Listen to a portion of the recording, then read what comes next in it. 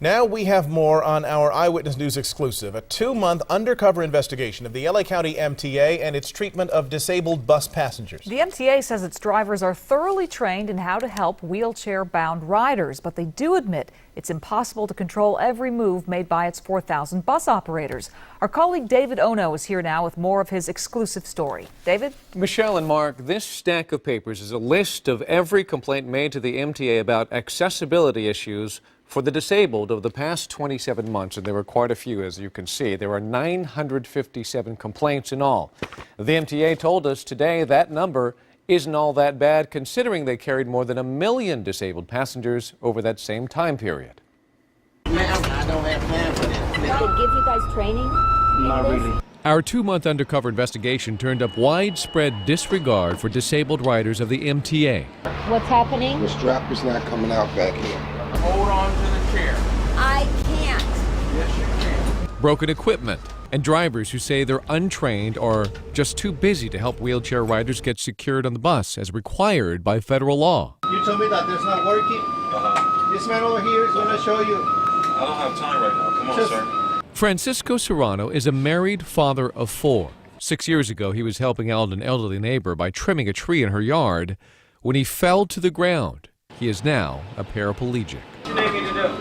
The straps? Francisco often has to explain to MTA drivers how to use the securements. Behind him. Can I give you a suggestion? Let it go. Just pull this one. Oh, I see. Bring them together. Okay, that's a new one for you and not me. Okay, let me think about how it goes. Just last month, Francisco says an MTA driver refused to secure him. When a car cut the bus off, Francisco was thrown out of his wheelchair. And the driver slammed on the brakes, and I flew up from the wheelchair, and I laid on the floor and started bleeding on the floor.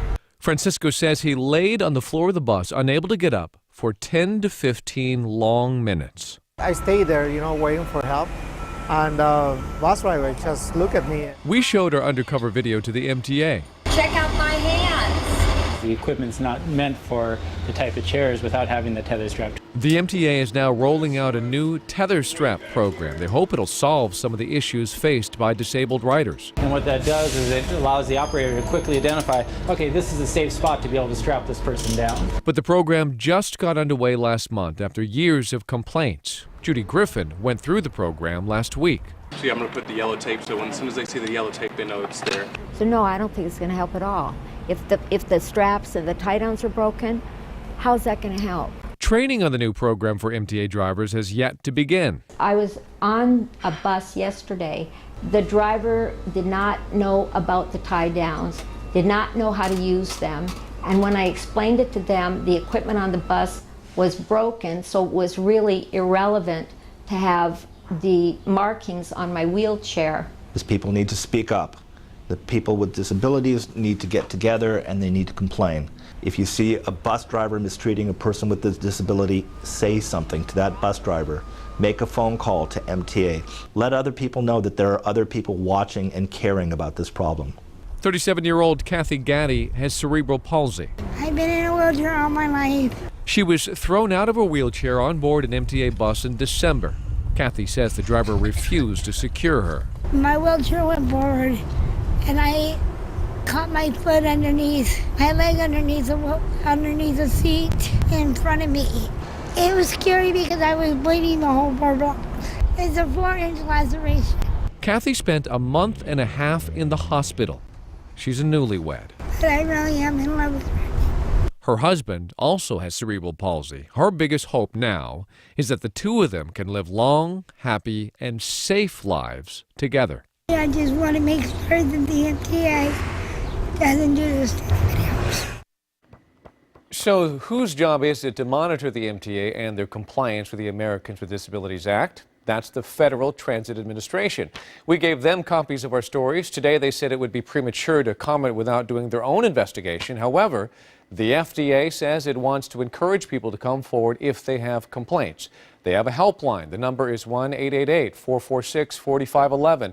We'll have that information on our website as well, abc7.com. You can also find information about the MTA's Tether Strap program there and watch all 3 of our stories. And we've had a big response so far. We're hearing from more riders, and we'll bring those stories to you in the weeks ahead. We'll also follow up with the MTA and the FTA.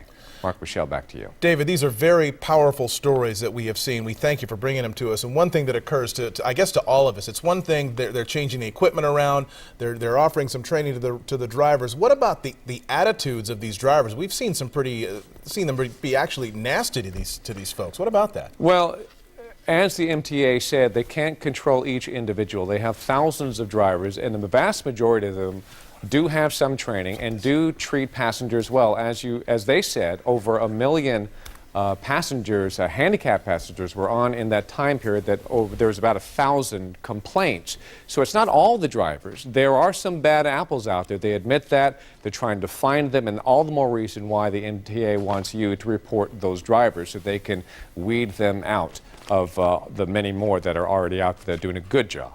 All right, very good. David Ono, thanks very much. Still ahead here on Eyewitness News, you